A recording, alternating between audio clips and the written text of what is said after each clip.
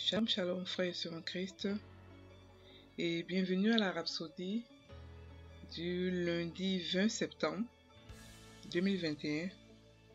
Rhapsodie écrite par le pasteur Chris Oyakilome, et la lecture vous est offerte par les vérités de l'Évangile. Le thème d'aujourd'hui est la même qualité de vie.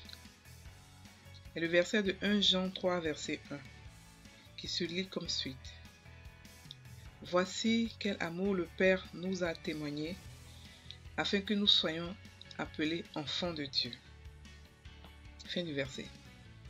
Le pasteur Christ dit, certaines personnes demandent, avons-nous vraiment la même qualité de vie que notre Père Céleste en ce moment sur la terre, ou est-ce quelque chose qui arrivera quand nous irons au ciel? Certains sont confus parce qu'ils n'ont pas compris ce que l'apôtre Paul a dit dans 1 Corinthiens 15, verset 52. Il a dit, et les morts ressusciteront incorruptibles, et nous serons changés.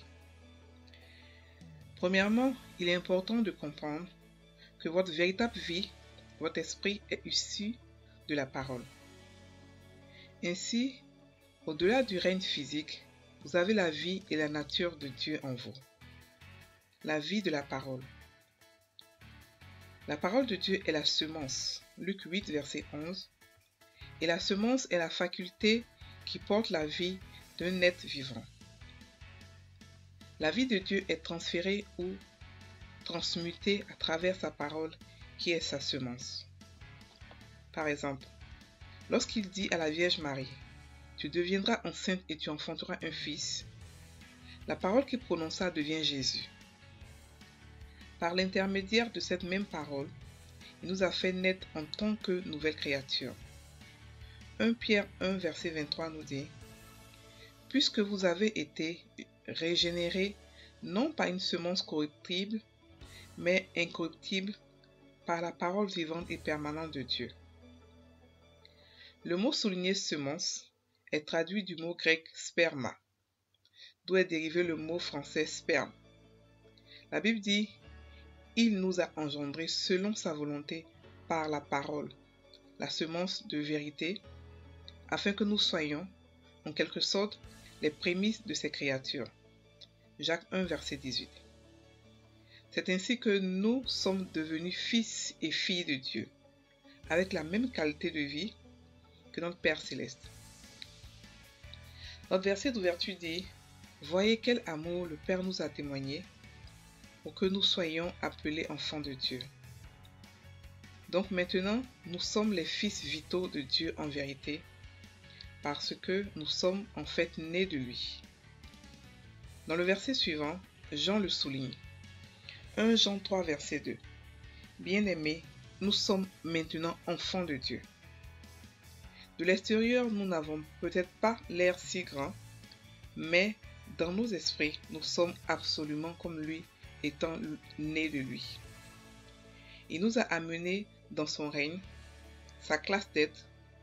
Pas étonnant que 1 Jean 4, 17 dise « Tel qu'il est, tel nous sommes aussi dans ce monde. » Fin de la Rhapsodie. La Rhapsodie d'aujourd'hui parle de la même qualité de vie que Dieu. Le pasteur explique que beaucoup de personnes croient que là, on aura plus tard la vie de Dieu, la même qualité de vie que lui. Mais c'est totalement faux. Parce que la Bible dit qu'on a la vie éternelle maintenant. En fait, c'est quoi la vie éternelle? Si vous vous rappelez la prière que Jésus a faite dans le livre de Jean 17, où il a demandé à Dieu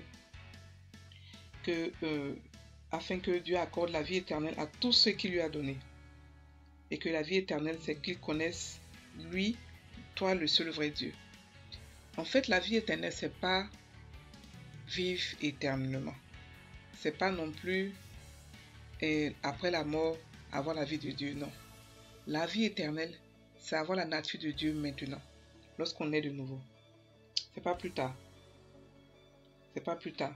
Donc, en tant que chrétien, nous avons la vie éternelle, qui est la vie de Dieu, la nature de Dieu. La nature de Dieu. La Bible dit que dans Jean 6, verset 47, en vérité, je vous le dis, Celui qui croit en moi a la vie éternelle. Il n'a pas dit aura la vie éternelle, il dit maintenant a la vie éternelle. A la vie éternelle. Nous avons la vie éternelle maintenant. Nous sommes nés de la parole de Dieu. Et le pasteur explique ici que lorsque Dieu a dit par l'intermédiaire de l'ange à la Vierge Marie, tu deviendras enceinte et tu enfanteras un fils. La parole qu'il a dit là, en ce moment-là, c'est cette parole-là qui est devenue Jésus. Il n'a pas encore dit d'autres paroles pour dire Jésus sort ou ceci, non. Parce que la parole de Dieu est la semence. Quand nous regardons les paraboles de Jésus, il a parlé de la semence, la parole qui est la semence plusieurs fois. Il a parlé de plusieurs paraboles où il parlait de la semence en tant que, la parole de Dieu en tant qu'une semence. Lorsque Dieu parle, dans la parole de Dieu il y a la vie et la puissance. Et cette parole-là se réalise forcément. La Bible dit que la parole de Dieu ne revient pas sans avoir fait de l'effet, ne revient pas à lui sans avoir fait de l'effet. Donc la parole de Dieu est la semence. Et nous sommes nés de la parole de Dieu. La Bible dit que nous avons été régénérés par une semence corruptrice. Pas par une semence corruptible, mais par une semence incorruptible, qui est la parole vivante et permanente de Dieu. Nous sommes la parole de Dieu. Nous avons été créés selon son image. Nous avons été créés selon lui, pareil comme lui. La Bible aussi dit que non, que tel que Jésus est, tel que nous sommes dans ce monde. Tel que Jésus est. Jésus est comment? Jésus est Dieu. La Bible aussi dit que nous sommes le corps et il est la tête. Donc nous avons la même nature. Nous avons la vie éternelle. L'éternité dans la vie éternelle a fait partie de la vie éternelle, c'est vrai. Mais dans quelle éternité? Parce que tout chrétien, tout être humain plutôt, a la vie éternelle. Ça veut dire que personne ne meurt en tant que tel. Même si on meurt, notre âme, notre esprit vit éternellement. Mais c'est là où il va partir vivre, c'est ça qui est la différence. Vivre éternellement dans l'enfer ou vivre éternellement au paradis, c'est ça qui est la différence. Sinon, nous tous, on vit éternellement. Donc la vraie vie éternelle, c'est lorsque tu es chrétien et tu as la nature de Dieu et tu vis au paradis pour toujours. C'est ça qui est la vie éternelle. L'autre côté, c'est la vie de l'enfer, mais je ne sais pas quel nom qu'on peut donner ça. Mais ce n'est pas la vie éternelle. C'est nous, chrétiens, qui avons la vie éternelle. Et la vie éternelle, c'est quoi? C'est la nature de Dieu qui regroupe dedans la santé divine, qui regroupe dedans la prospérité, qui regroupe dedans la puissance sur Satan, qui met dedans le nom de Jésus. Tout ce que Dieu a, nous avons. Tout ce que Dieu a, il nous a tout donné pour qu'on puisse être comme lui, pareil comme lui. Nous sommes ses enfants. Les enfants d'un canard ne peuvent pas être un poulet. C'est impossible. Nous savons sa nature. Nous sommes les enfants de Dieu. Dans l'Ancien Testament, ils étaient les serviteurs de Dieu. C'est pour ça que l'Esprit de Dieu venait et partait. Mais maintenant, dans le Nouveau Testament, nous sommes les enfants de Dieu. Dieu s'est créé une famille. Il s'est créé une famille. Il voulait une famille depuis longtemps. Il s'est créé une famille de personnes qui sont pareilles comme lui. Mais c'est la conscience qui fait la différence. Il faudrait que nous soyons conscients de qui nous sommes en Christ pour pouvoir en profiter. Maintenant, nous sommes fils de Dieu. Nous sommes fils de Dieu. Nous sommes fils de Dieu maintenant. Parce que 1 Jean 3 dit, bien-aimés, nous sommes maintenant enfants de Dieu. Mais pas demain. Nous sommes maintenant. Dès que nous acceptons Christ comme Seigneur, nous devenons enfants de Dieu à part entière. Nous devenons 100% enfants de Dieu. Nous perdons notre nature adamique pour devenir enfants de Dieu à part entière. Et nous devons être conscients de ça en tant que chrétiens. Nous devons être conscients de ça. Si vous remarquez les films de super-héros, lorsque le super-héros ne sait pas qui il vit comme un esclave, il souffre. Mais une fois qu'il prend conscience de qui il est, il commence à prendre il commence à avoir les privilèges de ce qu'il est et enjoy sa vie en tant que super-héros. Et c'est comme ça aussi en tant que chrétien. Nous devons prendre conscience de qui nous sommes pour pouvoir profiter de la vie de chrétien. La chrétienté, ce n'est pas une religion, non. La chrétienté, c'est Dieu vivant sur la terre. C'est ça la chrétienté. La religion fait partie de la chrétienté. Dans la religion, il y a aller voir les malades, aller voir les hommes en prison, visiter les pauvres. Ça fait partie de la chrétienté. Mais c'est la religion. La religion fait partie de la chrétienté, mais ce n'est pas toute la chrétienté. C'est juste une petite partie de la chrétienté. Donc nous ne sommes pas des religieux. Les religieux sont des personnes qui suivent des manières de prier bien précises et qui le font tous les jours. Nous prions avec le Saint-Esprit qui nous envoie là où il veut nous envoyer par rapport à ce qu'il veut qu'on fasse, par rapport à notre mission. Donc nous ne prions pas de manière, calculée et tout ça. Non, nous prions avec le Saint-Esprit. C'est vrai qu'il y a des temps de prière, c'est sûr, mais les sujets de prière, c'est lui qui décide parce qu'il voit le futur, le présent, le passé. Donc, nous ne sommes pas des religieux, nous ne sommes pas une religion. Nous sommes Dieu sur terre. Nous avons la nature de Dieu sur terre.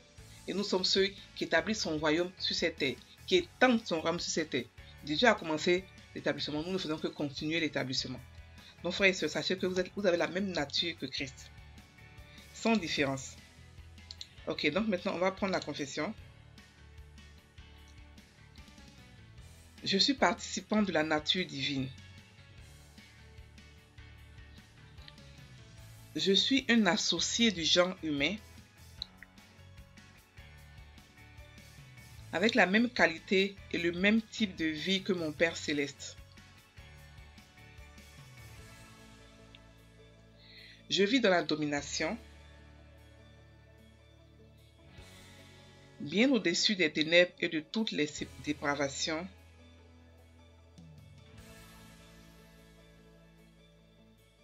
Qui affectent la nature humaine.